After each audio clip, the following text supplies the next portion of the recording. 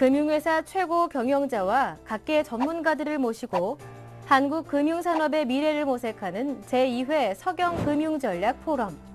금융인들의 동문회라는 별칭이 붙을 정도로 전 금융계 CEO들의 만남과 소통의 장으로 자리매김한 이번 포럼에는 300여 명의 금융계 최고 경영자와 주요 임원, 정관학계 고위 인사들이 자리를 빼곡히 메웠다. 이번 포럼은 서울경제신문 김인영 사장의 개회사로 시작했다. 안녕하십니까. 서울경제신문 사장 김인영입니다. 금융산업의 미래를 모색하기 위해서 만들어 열은 제2회 서울경제 금융전략 포럼이 현재의 금융위기 상황과 시대적 요구를 정확하게 진단하고 대안을 모색할 수 있는 자리가 되기를 바랍니다. 이어서 국회 정무위원회 김용태 의원의 축사가 이어졌다. 이 금융이 단순히 이 산업의 이 백업 역할을 하는 걸 넘어서 금융산업 자체가 대한민국을 성장시키는 가장 중요한 이 산업으로 자리 잡아야 된다는 대의에는 누구나 동의하지만 앞으로 19대 국회에서는 우리 정무위원회가 여야 없이 대의와 명분을 찾아가면서도 국민적인 동의와 설득에 적극 나서야 될 거라고 생각합니다. 한국 금융산업의 미래를 위한 각계의 제언을 들어보는 제2회 서경금융전략 포럼. 글로벌 금융산업의 지형 변화 속에서 한국 금융산업이 나아가야 할 방향을 모색해 본다. 네, 여러분 안녕하십니까. 금융위원장 김석동입니다. 오늘 제2회 서울경제 금융전략 포럼을 맞이해서 제가 이렇게 기조연설을 하게 된 데 대해서 대단히 영광으로 생각을 합니다. 먼저 이제 글로벌 금융 위기와 세계 실물 경제가 변화하는 모습을 제가 좀 잠깐 간략하게 말씀드리도록 하겠습니다. 잘 아시는 대로 유럽의 재정 위기에 더해서 미국과 일본의 경기 부진이 지속되고 중국은 성장세가 둔화가 되고 있습니다. 이것이 국제금융시장의 불안을 초래하는 것은 물론이고 각국의 재정 긴축 그리고 이에 따른 민간 소비 감소가 서로 연결고리를 가지고 지속이 되고 있습니다. 이런 가운데 우리를 비롯한 우리는 이제 신흥국가, 선진국가의 중가운데 있겠지만 신흥국가에서는 금융시장의 불확실성이 대단히 증대가 되고 또 그리고 수출을 비롯한 수출의 둔화에 따라서 실물 경제가 둔화가 되고 있습니다. 이것이 세계 경제 전체의 위축을 초래를 해오고 있습니다. 이 부분을 제가 간략하게 좀 설명을 드리면은 지금 이제 유럽 위기에 대해서 먼저 잠깐 말씀을 드리겠습니다. 한마디로 말씀드리면 여러분들께 잘 아시겠지만은 유럽 이 위기는 지속될 겁니다. 그리고 유럽 경제는 회복하는데 상당한 시간이 걸리게 될 겁니다. 그럼 그 이유는 여러분들께서 너무 잘 아시는 대로 유럽은 기본적으로 이 경제 정책과 경제의 움직임을 작동시키는 기본 메커니즘이 고장이 나 있습니다. 매크로 정책을 총칭할 수 있는 통화 정책, 환율 정책, 재정 정책이 다 고장 나 있습니다. 그래서 그동안 환율 정책과 금리 정책을 할 수 없는 상황에서 결국은 재정 정책에 과도하게 의존한 나머지 지금 과부채 문제로 지금 고통을 겪고 있습니다. 그런데다가 지금 이 문제가 일부 그리스, 아일랜드, 포르투갈 같은 이런 주변 국가의 문제에서 이제는 서서히 중심 국가로 전이가 되고 있는 양상을 보이고 있고 남유럽의 문제에서 이게 동유럽과 신흥국가의 문제로 또 확산되고 있고 그리고 이 재정 위기의 문제가 이제는 실물 경제의 위기 그리고 은행의 위기로 지금 점차 확산될 그런 조짐을 보이고 있습니다.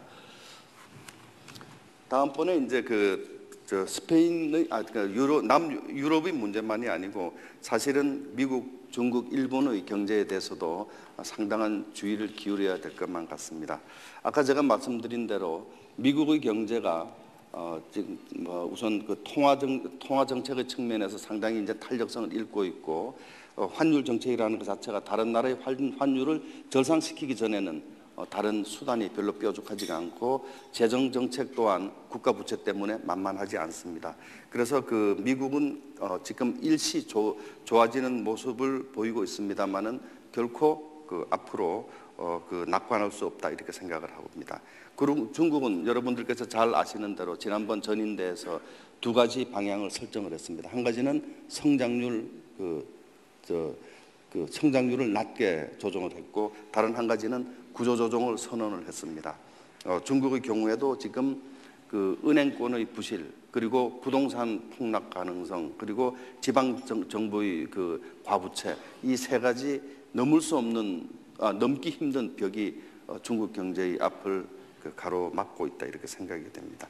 일본의 경우 뭐 잘 아시는 대로 지난해 마이너스 성장했고 일본의 경우에도 통화 정책, 환율 정책, 재정 정책 세 가지 정책 어느 하나 지금 그 정부가 그 좀 신축적으로 구사할 수 있는 정책이 없습니다. 그래서 대단히 그 이 정책 앞으로 이 세계의 환경 자체는 그렇게 편하지 않을 거다 이렇게 저는 생각을 하고 있습니다.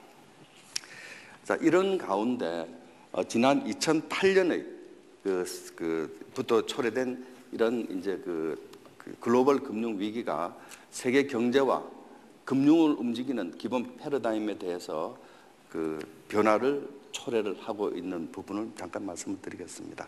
먼저 경제의 패러다임이 이제 지금 변화를 하고 있습니다. 글로벌 금융 위기는 그동안 신자유주의 그러니까 그 시장의 효율성과 자율성에 대한 신뢰로부터 출발한 신자유주의가 그 이후에 여러 가지 문제를 일으키게 되죠. 그래서 경제 위기를 반복시키고 다른 한편으로는 사회 양극화를 하는 결과를 초래했다. 이렇게 평가를 받고 이것이 새로운 자본주의의 탄생을 예고를 하고 있습니다. 다른 한 측면에서 금융의 패러다임도 마찬가지입니다. 지금 그 격심한 이제 변화가 이제 앞으로 그 예상이 되고 있습니다. 그동안 수익성 추구 그리고 자율성이 강조되는 이 자유로운 금융 시장과 산업에서 산업을 운영한 결과 금융과 실물의 불균형이 확대가 되고 또 다른 한면으로 금융 부분의 사회적인 책임이 대단히 소홀했다 하는 그런 지탄을 받고 있기 때문에 이제는 그 시장 규율에 대한 새로운 이제 프레임워크가 생겨나기 시작하고 있는 것 같습니다. 여러분께서 잘 아시는 대로 대한민국 경제는 기적의 경제입니다. 세계의 그 중상주의 이후의 역사상 지금 대한민국 역사처럼 그렇게 단기간 내에 급속한 성장을 이루어낸 역사가 없었습니다. 우선 보시면은 지난 1960년 이후에 지난 50년간 세계 GDP는 6배가 증가했습니다. 세계 GDP가 6배 증가하는 동안에 대한민국 GDP는 31배 증가를 했습니다. 이렇게 대한민국 경제는 빠른 시간 안에 변화를 해왔거든요. 이 변화를 하면서 또 금융 또한 많은 수많은 변화가 있었습니다. 그 변화를 제가 잠깐 좀 우선 한번 설명을 좀 한번 잠깐만 드리도록 하겠습니다. 이 표는 제가 상당히 공들여서 그린 표인데 우선 제가 아까 말씀드린 대로 대외 여건은 여러분들께서 잘 아실 겁니다.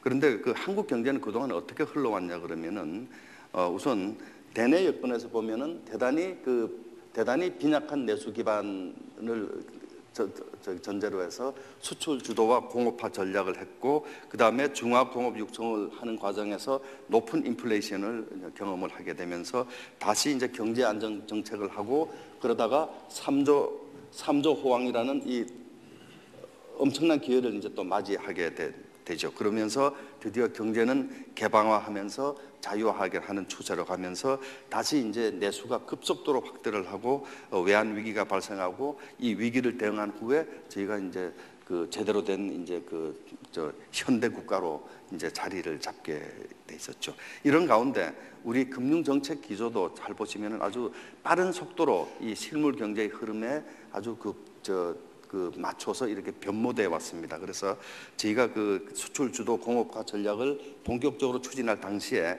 정책금융이라는 딱 한마디로 요약될 수 있는 그런 금융 정책을 운용을 했습니다만은 그 다음에 빠른 시간 안에 저희는 금융 자율화를 기치로 내걸고 이 자율화에 성공을 한 나라고, 금융 개방도 세계 역사상 어떤 나라도 따라오지 못할 정도로 빠른 속도로 개방화를 이루어냈습니다. 그러면서 이제 그 IMF 위기 이후에 가장 선진화된 금융 구조를 가진 그 나라 중에 한 나라가 됐죠. 자, 그런데 이런 가운데 아까 그 세계적으로 지금 경제 금융 질서가 패러다임이 바뀌면서 우리나라도 이제는 금융 정책의 패러다임이 근본적으로 바뀌어야 될 걸로 저는 생각을 합니다. 그동안의 그 금융 행정이나 금융 정책의 그 목표나 기반이 어디 있었냐 그러면은 여러분들께서 잘 아시는 대로 금융 시장의 안정과 금융 산업의 발전이라는 이런데 중점이 더 왔습니다. 그 금융 산업에 인허가를 하고 그 다음에 이제 제재를 하고 검사를 하고 제재를 하고 하는 이런 과정에서 이루어져 왔습니다. 이것이 이제 소위 말하는 공급자 중심의 그 금융 행정이 금융 정책이라고 생각을 합니다. 이 탑다운 방식이죠.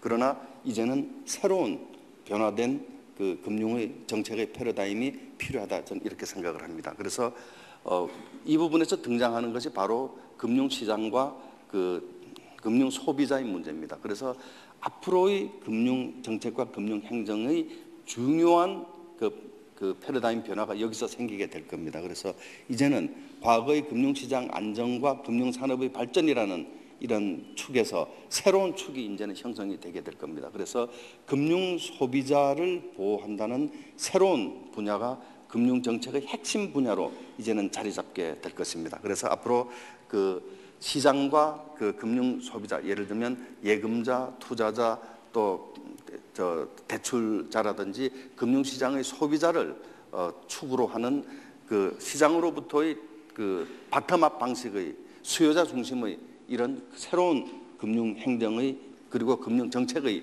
영역이 이제는 등장을 하고 있고 또 앞으로 또 확고히 자리 잡게 될 것이라는 점을 말씀을 드립니다.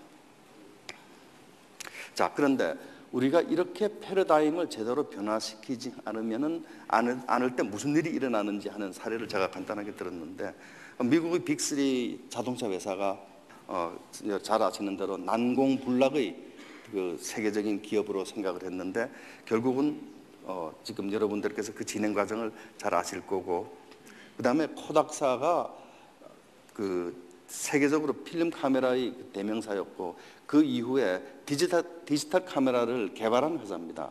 이 디지털 카메라를 개발한 회사가 자기 기존의 큰 시장을 유지하기 위해서 이 디지털 그 카메라 시장을 과소평가를 하고 더 이상의 개발을 주저하다가 결국은 회사가 도산하는 이런 지경에 이르렀고, 뭐 과거의 스페인이나 포르투갈 예도 마찬가지입니다. 그래서 이 새로운 패러다임으로 이행해야 될 때 실패를 하면 어떤 결과를 초래하는지에 대해서는 역사가 참담한 결과를 입증을 해주고 있다는 점을 말씀을 드리고자 합니다.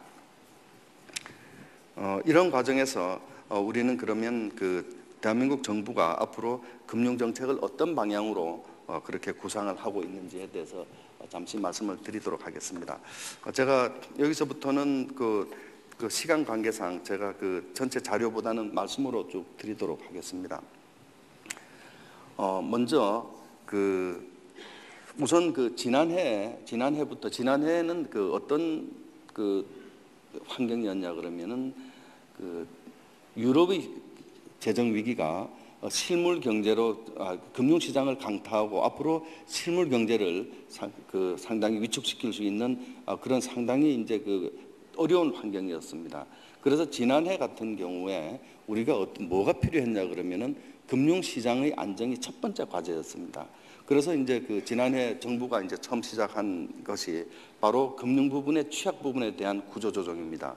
그것이 바로 저축은행의 구조 조정으로 이제 시작을 합니다. 제가 작년에 1월 3일 날 취임을 해서 1월 14일 날 삼화저축은행을 영업 정지를 하는 것을 시초로 해서 작년에 전체 105개 저축은행 중에 16개 저축은행을 지금 영업 정지를 하게 됩니다. 개수로 16개지 전체 그 총자산 규모의 3분의 1에 해당하는 저축은행을 문을 닫게 됩니다. 그래서 그것이 워낙 오래 지속돼 왔던 그 부실 요인이었기 때문에 급격한 그런 조치를 하는 것이 불가피하고 시장 안정을 위해서는 유일한 대안이었다고 저는 생각을 하기 때문에 그렇게 저축은행에 대해서 이제 구조조정을 시작을 하게 된 겁니다. 그렇게 이제 시작을 해서 저축은행 구조조정을 하면서 다른 한편으로 시작을 한 것이 가계부채 문제에 대한 대응입니다. 우리나라 가계부채는 두 가지 측면에서 문제죠. 한 가지는 지나치게 증가 속도가 빨랐다 하는 문제. 그러니까 우리 경상 GDP 증가 속도의 2배에 해당하는 속도로 지난 10년간 들어왔습니다. 그리고 지나치게 이렇게 증가 속도가 빨랐다는 문제가 있었고, 다른 한 측면에서는 대단히 가계부채의 구조가 취약합니다. 한 가지는 변동금리이고 다른 한 가지는 일시 상환 이런 형태로 되어 있기 때문에 우리 금융시장에 어떤 변화가 생기고 어떤 충격이 가했을 때 대단히 가계부채 문제가 크게 영향을 받을 수 있는 그런 상황이었습니다. 그렇기 때문에 가계부채 문제에 대해서 바로 대응을 하기 시작을 했고 6개월간에 걸쳐서 관계부처와 저희는 협의를 이루어냈습니다. 그래서 가계부채 문제는 그렇게 일반에서 생각하듯이 그렇게 간단한 문제가 아닙니다. 가계부채 문제는 그냥 적당히 금융위원회에서 줄여나가면 될 걸로 생각하지만 절대 그렇지 않습니다. 그것은 금융의 현상이 아니고 그건 경제 저변에 관한 문제이기 때문에 그런 겁니다. 그게 실물 경제와 아주 긴밀하게 관련되어 있는 문제입니다. 그래서 금융회사에 이것을 그냥 단순히 줄여달라 해서 해결될 문제가 아닙니다. 그래서 이 문제에 대해서 6개월간 정부는 거기에 대해서 고심을 했고 작년 6월 29일 날 가계부채 종합대책을 내놨는데 그 부채의 핵심 내용은 4가지입니다. 첫째가 총유동성 관리입니다. 총유동성을 관리하지 않고는, 쉽게 말해서 금리 관리하지 않고는 가계부채 문제를 근원적으로 해결하는 것은 어렵습니다. 출구를 막아놓고 입구를 조절한다고 문제가 해결되지 않을 겁니다. 두 번째가 바로 원리금 상환을 잘하기 위해서는 결국은 좋은 일자리를 계속 잘 만들어내는 방법밖에 없습니다. 일자리를 만들어내는 방법이 어떤 게 있습니까? 일자리를 만들어내는 방법 2가지입니다. 하나는 정부가 돈을 풀어서 때려 붓는 방법이 있죠. 재정 붓고 금융 부으면은 일자리 생길 가능성은 없습니다. 그러나 그걸 택하기 어렵죠. 택하기 어렵기 때문에 저는 정부 안에서 그 일자리를 만드는 방법을 규제 완화로 가야 된다고 생각을 합니다. 기존에 저희가 서비스 산업에 대해서는 지나치게 과규제를 하고 있는 나라이기 때문에 서비스 산업의 생산성도 낮고 그다음에 거기 종사하는 종업원 수도 턱없이 작습니다. 그리고 GDP에서 차지하는 비중도 작습니다. 이런 것을 규제 개혁을 통해서 해결하자 하는 그런 것이 이제 2번째였고, 그리고 3번째가 뭐냐 그러면 바로 금융회사에서 이 건전성 차원에서 잘 관리하자는 게 그게 3번째고, 마지막 4번째가 이렇게 관리해오면 결국은 어려워지는 부분이 서민일 거다. 그러면 서민금융을 어떻게 보완해야 되느냐, 이 4가지 숙제에 대해서 이제 지난해 숙제를 한 겁니다. 그래서 이제 결국은 이제는 저희가 가계부채 대응하기 위한 큰 프레임워크는 이미 다 만들었습니다. 이제 남은 것은 속도 조절입니다. 저희가 요즘도 가끔 신문에서 제2금융권에 대해서 어떤 우리가 조치를 하고 하는 것들이 뭔가 하면은 저희가 정책을 했다가 안 되니까 이거 해보고 저거 해보는 게 아닙니다. 원래 그림에 다 있던 건데 그걸 언제 어떤 강도로, 그러니까 여러분 자동차를 달릴 때 브레이크를 어느 정도로 밟을 건지 또 액셀레이터를 어느 정도로 밟을 건지 하는 그는 드라이버가 결정을 해야 되지 않습니까? 저희는 그런 결정을 하는 과정에 있다는 점을 이제 말씀을 드리고자 합니다. 그리고 이제 그 이후에 가계부채 문제 이후에 저희가 이제 바로 직면하는 문제가 외환 건전성입니다.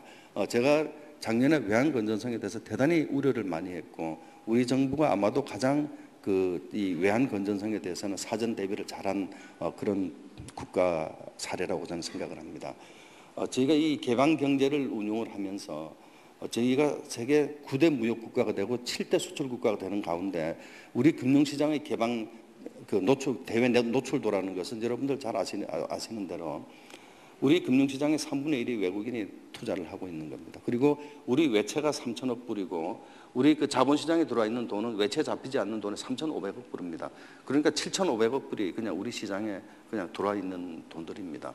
이것이 우리가 가지고 있는 보유고 3,150억 불이 비록 많은 규모라고 생각할 수도 있겠지만 이것이 결국은 시장에서 밖에서부터 임팩이 생겼을 때 시장의 흔들림을 효율적으로 단기간에 막겠느냐?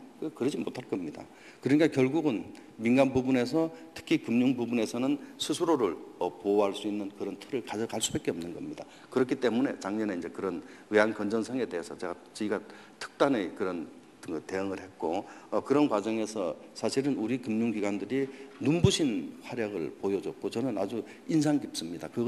저는 그래서 지난 1997년에 대한민국은 실패했습니다. 그 당시에 금융회사가 대응했던 그런 내용하고 작년에 대한민국 금융회사들이 대응해줬던 것을 비교해 보면 실패한 케이스와 성공한 케이스가 그렇게 다르구나 하는 것을 제가 새삼 느끼게 되었습니다. 그러면서 작년 이제 하반기에 들어가서는 저희가 이제 본격적으로 금융 산업의 새로운 설계를 하기 시작을 합니다. 그래서 자본시장법 개편을 추진을 합니다. 자본시장법 개편을 추진을 하고 대한민국에 이제 헤지 펀드를 출범을 시키게 되고 이런 변화의 과정을 거치게 됩니다. 그리고 이제 금년에 들어오면서 저는 금년에 어떤 부분이 문제라고 생각을 했냐 그러면은 먼저 유럽의 경제 위기가 지속이 되고 이것이 실물로 전이되면서 세계 전체의 금융 실물이 대단히 나빠질 거기 때문에 그런 가운데 대외 의존도가 높은 우리나라는 특히 타격을 많이 받을 가능성이 있기 때문에 지난해에는 금융시장의 안정에 초점을 뒀지만 금년에는 실물 부분의 취약 부분에 대해서 저희가 상당히 세심하게 대응을 해야 되겠다 생각을 해서 제가 연초부터 처음에 들고 나온 문제가 뭐였냐 그러면 중소기업 문제였습니다.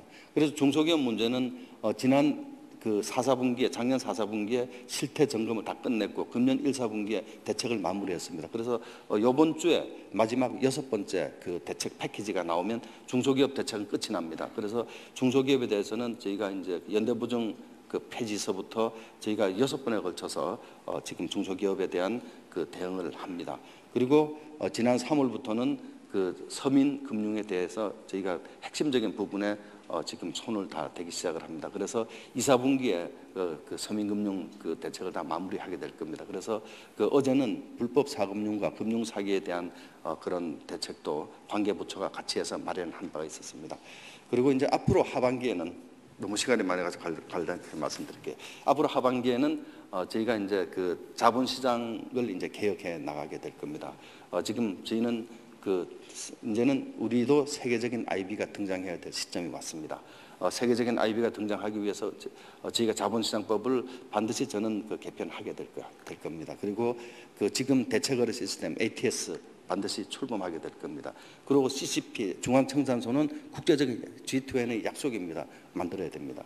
그리고 지금 코스피, 코스닥에 이은 제3시장 코넥스 금년에 출범시키게 될 겁니다. 이런 금융 시스템의 개혁 작업을 추진해 나갈 겁니다. 이런 가운데 그동안 11년간 미뤄왔던 우리 금융 지주에 대해서도 지금 다시 민영화 작업이 이제 계속되게 될 것입니다.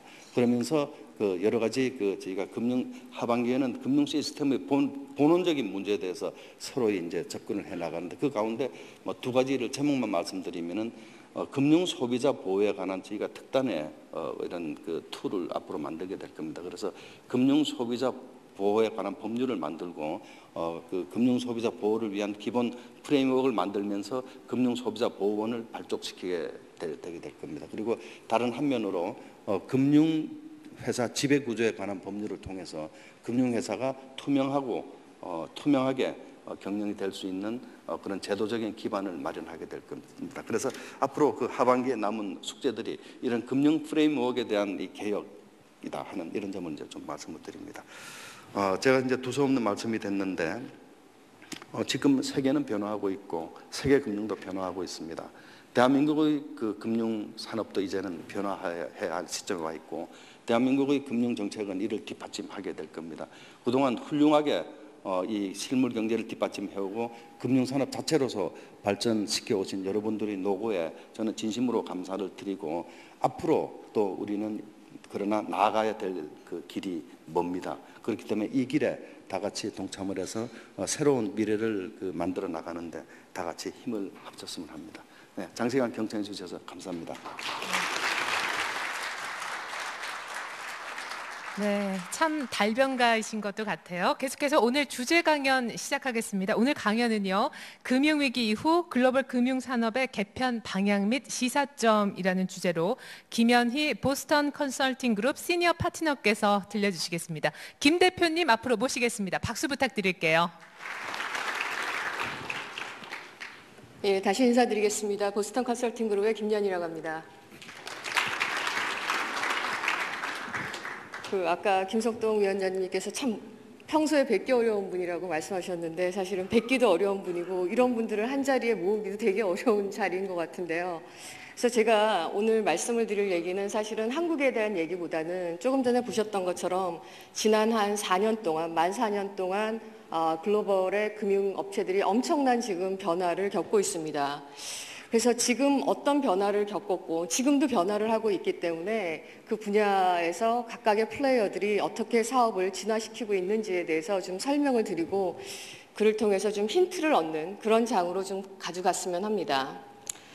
아까 이제 지금 글로벌 금융위기를 필두로 한 글로벌 경제가 어느 시점에 왔느냐라는 측면에서 여러 가지의 벤치마크가 사실은 있었습니다.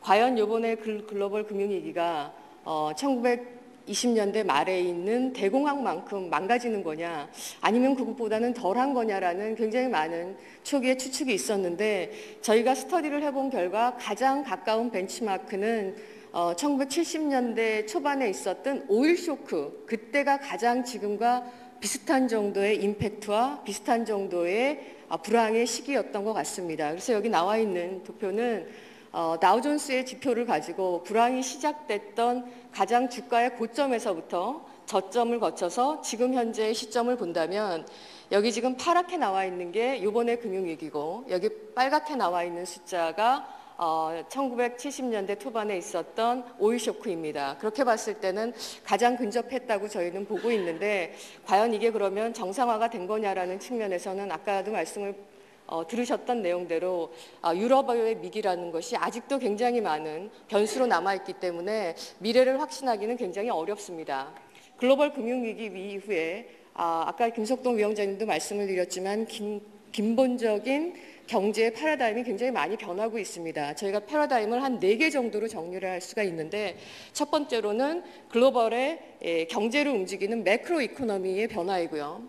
두 번째로는 그 안에서 제조 부분의 산업 구조 조정이 굉장히 빠른 속도로 일어나고 있고 세 번째로는 그 어떤 때보다도 정부의 입김과 정부의 규제가 여러 각도로 저희를 압박해올 가능성이 높다고 보고 있습니다. 그리고 마지막으로는 불황을 겪으면서 굉장히 많은 소비자들이 사고를 방식 내지는 소비하는 패턴 자체를 변화시키고 있습니다. 이러한 근본적인 변화 때문에 금융업체들이 많은 변화를 일으키고 있는데 이것도 하나의 통으로 넣기에는 금융 섹터별로 변화가 좀 다릅니다. 그래서 저희가 리테일 금융 분야, 그 다음에 CIB 분야, 그리고 웰스 매니지먼트와 자산운용 분야, 그리고 마지막으로 인슈런스 분야로 좀 나누어서 봐야 되지 않을까라는 생각을 하고 있습니다. 그런데 이 4-5개의 섹터 간에 크로스하게 굉장히 공통이 되는 3가지 현상이 있습니다. 첫 번째 현상은 뭐냐면 어찌됐든 굉장히 어려운 시기를 겪었기 때문에 이 서바이벌을 위한 기초 체력이 좀 필요하겠다라는 것을 금융기관들이 많이 자각을 하면서 기초 체력을 올리는 노력이 어떤 금융 섹터에서든지 공통적으로 나타나는 현상 넘버 1이었습니다. 그리고 현상 넘버 2는 지금까지 펼쳤던 상품과 특히 지역 네트워크와 관련된 시장의 포커스 내지는 사업의 포트폴리오를 전면적으로 다시 한번 리뷰하는 작업들이 많은 금융기관에서 일어났습니다. 그리고 동시에 그렇다고 언제까지나 지금의 모델로만 살아날 수가 없기 때문에 사업 모델과 관련된 혁신 확도는 어떠한 섹터를 막론하고 공통적으로 나타나는 3가지 현상이 있습니다.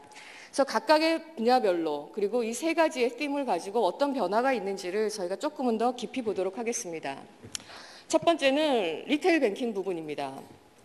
이거는 저희가 2010년 말 기준으로 봤을 때 전체 영업이익 기준으로 봤을 때 리테일 뱅크의 랭킹과 그리고 카드사들의 랭킹을 봤는데 몇 가지 저희의 업저베이션이 나옵니다. 첫 번째로는 리테일은 참 글로벌을 하기가 굉장히 어렵다는 것을 다시 한번 확인할 수 있는 좋은 경험이었습니다.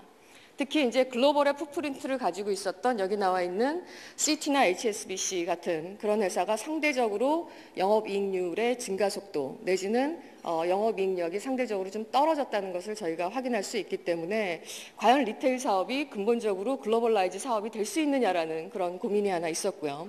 그러다 보니까 로컬에 굉장히 포커스되어 있는 플레이어들이 상대적으로 임팩트를 좀 덜 받았습니다.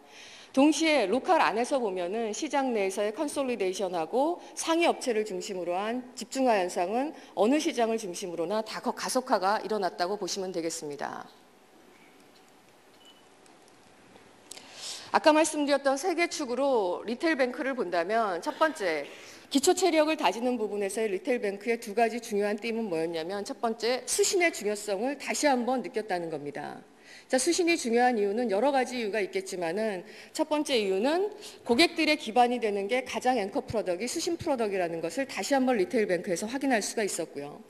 특히 이제 마진들이 여러 가지로 압박이 오면서 저코스트로서의 수신의 중요성을 확인할 수가 있었고 특히 이제 글로벌의 선진 국가에서는 예금과 대출에 대한 비중에 대해서 정부의 규제들이 굉장히 강화되었기 때문에 그로 인한 수신의 베이스에 대한 중요성이 다시 한번 강조가 됐습니다. 동시에 체질 강화를 위해서 코스트 절감, 오퍼레이션 효율화 노력은 그 어떤 때보다도 굉장히 심했던 그러한 지난 4년이라고 볼 수가 있겠습니다.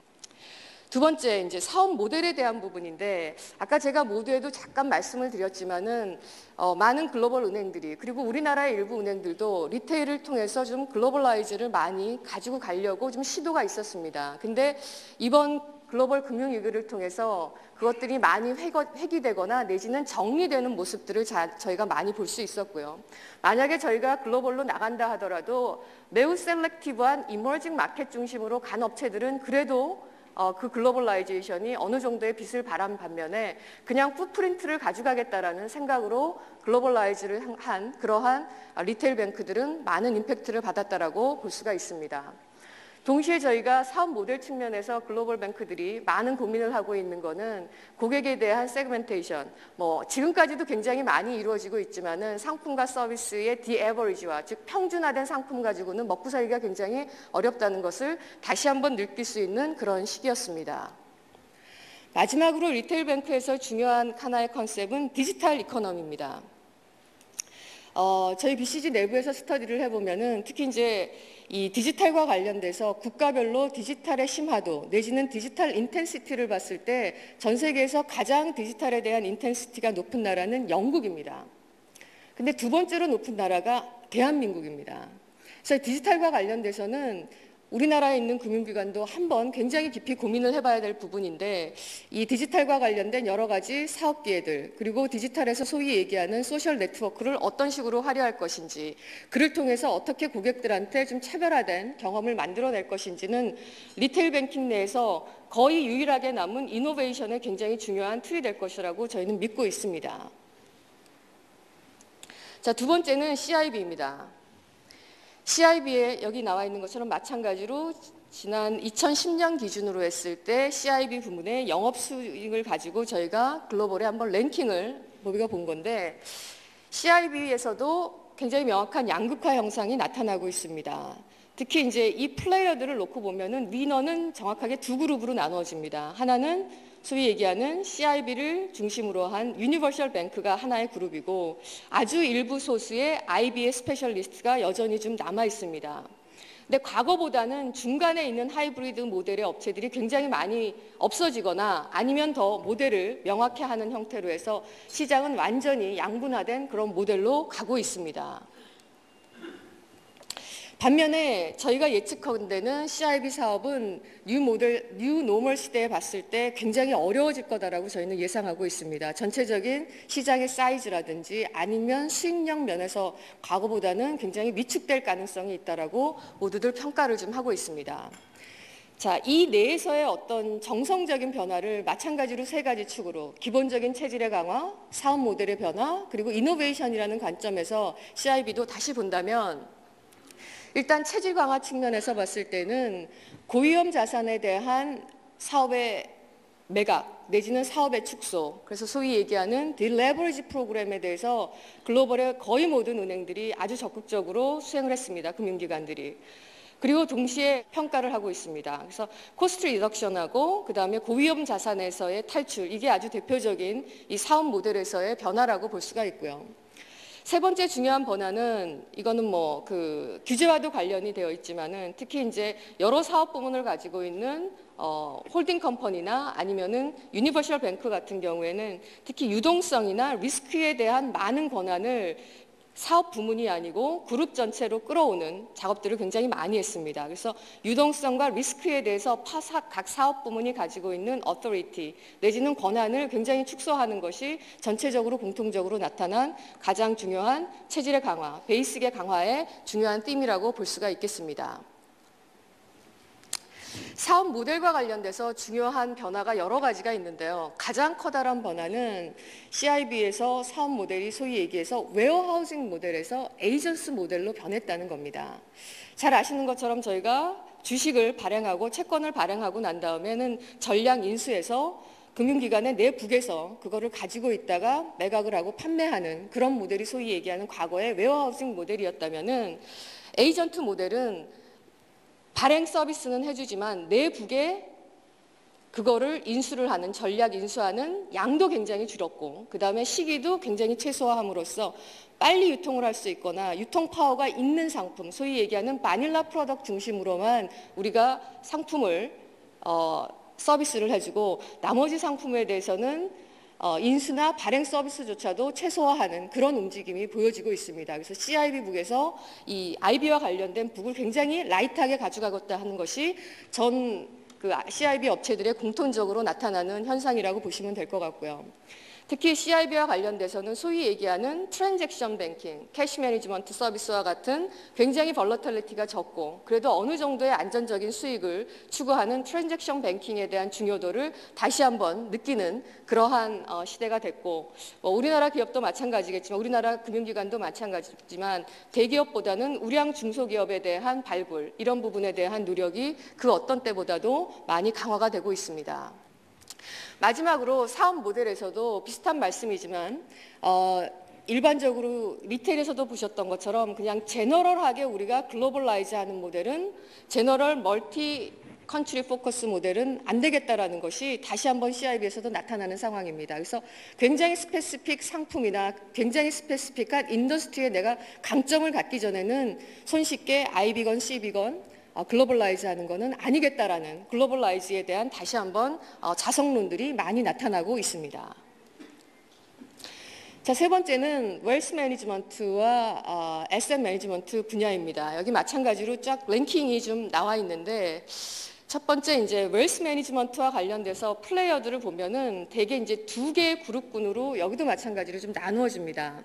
하나는 강력한 리테일의 기반을 가지고 있는 그런 플레이어들이 첫 번째고요. 그 다음에 두 번째로는 IB를 통해서 프로덕트와 관련된 스페셜라이즈 되어 있는 그런 능력을 가지고 있는 IB가 굉장히 강한 플레이어들이 웰스 매니지먼트에서 또 각 양대 산맥을 가지고 지금 각축을 벌이고 있다는 것을 저희가 확인해 볼 수가 있었습니다. 자, 웰스 매니지먼트나 에셋 매니지먼트와 관련된 몇 가지 트렌드를 말씀을 드리면 가장 중요한 트렌드는 뭐냐면 전체적으로 봤을 때 저이자 그 다음에 자산 운영을 할 곳이 굉장히 적어지기 때문에 이 저마진 시장에서 어떻게 하면은 내가 고객들이 원하는 수익률을 만들어줄 것이냐가 가장 커다란 고민입니다. 그래서 1차적으로 하는 것은 전체적인 운영 코스트라도 줄이자, 오퍼레이션 코스트를 줄이는 노력을 굉장히 많이 하고요. 더 설상가상으로 굉장히 어려운 부분은 아까도 들으셨겠지만은 이 컴플라이언스와 그 다음에 이 정부로부터의 규제에 관련된 비용들이 점점 올라갈 수밖에 없다라는 것이 다른 하나의 고통으로 저희는 페인 포인트로 나타날 가능성이 높다는 겁니다. 자, 그래서 우리가 운영할 수 있는 자산을 통한 수익률은 점점 떨어지고 반면에 리스크나 내지는 컴플런스와 관련된 코스트가 늘어나기 때문에 점점 마진이 약해지는 그 저마진의 시즌을 어떻게 겪어낼 것인가가 굉장히 공통된 그러한 현상이고요. 반면에 이제 사업 모델과 관련돼서는 글로벌라이즈에 대한 부분에 한편으로는 어려움은 있긴 있지만 그래도 이 이머징 시장으로 좀 동쪽으로 와야 된다라는 그런 리드는 굉장히 틉니다. 펀딩의 어떤 소싱 측면 그리고 고객을 찾자는 측면에서의 이 이머징 마켓의 중요도는 그 어떤 때보다도 이 웰스 매니지먼트에서는 굉장히 많이 부각이 되고 있고요. 동시에 고객으로 측면에서 봤을 때는 하이넷월스도 안정적이지 않다라는 것이 웰스 매니지먼트에서의 최근에 나오는 현상입니다. 특히 소위 얘기해서 중산층이 무너지고 그 중에서도 그 중산층 안에서도 조금 더 위쪽에 있는 부유층이라고 하는 하이넷월스 고객도 안정적이지 않기 때문에 울트라 하이넷월스 고객을 가지고 싸워야 된다라는 것이 이 웰스 매니지먼트에서 또 나타나는 공통적인 현상입니다. 그래서 울트라 하이넷월스 커스터머를 찾아가는 그걸 위해서도 그거를 중심으로 한 글로벌라이제이션은 굉장히 선별적으로 지속될 필요가 있겠다라는 그런 부분들이 많이 나타나고 있고요. 자, 마지막으로는 인슈런스에 대한 부분입니다. 그래서 인슈런스는 뭐 생명 부분도 있고 우리가 P&C 부분도 있고 재보험 부분도 있는데 인슈런스 부분은 저희가 이제 인슈런스와 관련된 글로벌의 플레이어들을 만나보면은 뭐 다른 부분도 사실은 그렇게 로지하지는 않지만 사실 인슈런스 부분과 관련돼서 성숙 시장에 있는 많은 플레이어들은 굉장히 글루미한 반응을 보이고 있습니다. 그래서 여기에는 그래서 미래 특히 이제 성숙기 시장의 선진 업체들이 많이 얘기를 하고 있는 건 미래의 위너가 되기 위해서는 이런 역량들 여기 나와 있는 한 7가지, 8가지의 역량들을 많이 얘기합니다. 그래서 인포스북, 기존 고객에 대한 관리 역량, 채널 운영 역량, 그리고 밸류 프로포지션을 상품과 가격 중심이 아니고 조금 더 확산돼서 운영할 수 있는 역량. 그리고 또 재밌는 건 뭐냐면 과거의 보험사는 스케일이 별로 중요하지 않다라고 생각을 했습니다. 보험업이라는 게 아주 대표적으로 로얄티가 중요하기 때문에 하나의 고객을 가지고 얼마나 오래 가느냐가 중요하지 이 숫자가 별로 중요하지 않다라고 생각을 했는데 그게 아닙니다. 최근에 시장의 모습을 보면은 코스트 관리가 굉장히 중요하고 컴플렉시티가 관리가 중요하다 보니까 스케일도 중요하구나. 그래서 보험업에서도 이제는 스케일에 대한 얘기가 종종 굉장히 많이 나오고 있습니다. 그리고 마지막으로는 2가지를 더 말씀을 드리겠는데 이 본사에 대한 역할에 대한 얘기도 굉장히 많이 나옵니다. 본사라는 것이 굉장히 오래 기간 동안 보험업이 만들어졌고 보험이라는 게 굉장히 장기적으로 사업을 하고 있기 때문에 이런 변화에 대해서 적응하는 능력이 어떤 타산업보다는 굉장히 보험업이 뒤처집니다. 그러다 보니까 본사의 체인지 에이전트로서의 역할 그리고 마지막으로는 탤런트 풀에 대한 제고도 굉장히 중요합니다. 그래서 보험은 보험을 아는 사람만이 보험업을 한다라는 게 보험업 내에서의 일반적인 관행이었는데 그런 사람만 가지고는 이렇게 어려운 보험업에서의 이노베이션을 만들어내기가 굉장히 어렵다. 그래서 다른 풀의 탤런트를 좀 도입을 해야 된다는 것이 굉장히 중요한 하나의 화두로 나타나고 있습니다. 제가 좀 장황하게 말씀을 드렸는데 좀 읽으시면서 얻을 수 있는 레슨은 알아서 잘 체화를 하셨을 거라고 생각이 들고 마지막으로 여기에 나와 있는 그런 글로벌 기업들이 지난 한 3, 4년 동안 소위 얘기하는 퍼펙트 스토마에서 어떻게 움직여가고 있는지를 3가지의 관점에서 제가 말씀을 드렸는데 이런 관점에서 우리가 우리 사업과 우리 현지를 한번 돌아다보는 의미에서 한 8가지의 질문을 던지면서 제 발표를 마치도록 하겠습니다. 그래서 첫 번째로는 정말 우리 체질에 대한 점검을 해야 될 것으로 생각이 듭니다. 저희가 이제 IMF 위기 이후에 이번 위기에서는 우리나라의 많은 금융기관들이 비교적 좀 비껴나면서 그래도 건전하고 안정적으로 잘 성장을 할 수 있는데 제가 보기에는 오늘 이 전체적인 기조도 그렇고 이게 결코 끝이 아니고 굉장히 또 다른 하나의 해용도리가 나올 것 같은데 그런 의미에서는 기초체력, 다시 한 번의 서바이벌 게임에 대한 부분이 강조가 돼야 되지 않을까라는 생각이 듭니다. 그래서 기초체력에 대해서 다시 한번 좀 고민을 해보실 필요가 있으리라고 생각이 들고 그리고 다시 한번 사업 모델에 대해서도 글로벌 기업들이 지금 간 그러한 성패를 기반으로 해서 과연 우리의 사업 모델 내지는 사업의 풋프린트를 어디까지 확장할 것이냐 우리가 지금까지는 내수시장 그리고 일부의 글로벌 사업을 추진을 했는데 이게 맞는 것이냐라는 부분을 포함해서 전체적인 우리의 사업의 어떤 풋프린트, 사업의 포트폴리오에 대한 점검을 해야 되지 않을까 싶고 마지막으로는 우리 사업에서의 혁신의 그런 고삐는 과거 어떤 때보다도 저희가 가속화를 해야 될 것이라고 생각이 들고, 특히 저희가 봤을 때는 이 디지털이라는 커다란 사회 그리고 문화적인 이 웨이브가 과연 우리 고객한테 어떤 영향을 미칠 것이고, 그를 통해서 우리가 어떤 이노베이션을 만들어낼 것인지는 한번 고민을 해봐야 될 과제라고 생각합니다. 예, 제가 오랜 시간은 아니었던 것 같은데 시간이 좀 맞춘 것 같은데요. 좀 빨리빨리 설명을 드렸는데 제 발표는 여기까지 마치고, 혹시 질문이 있으면 질문을 좀 드릴게요.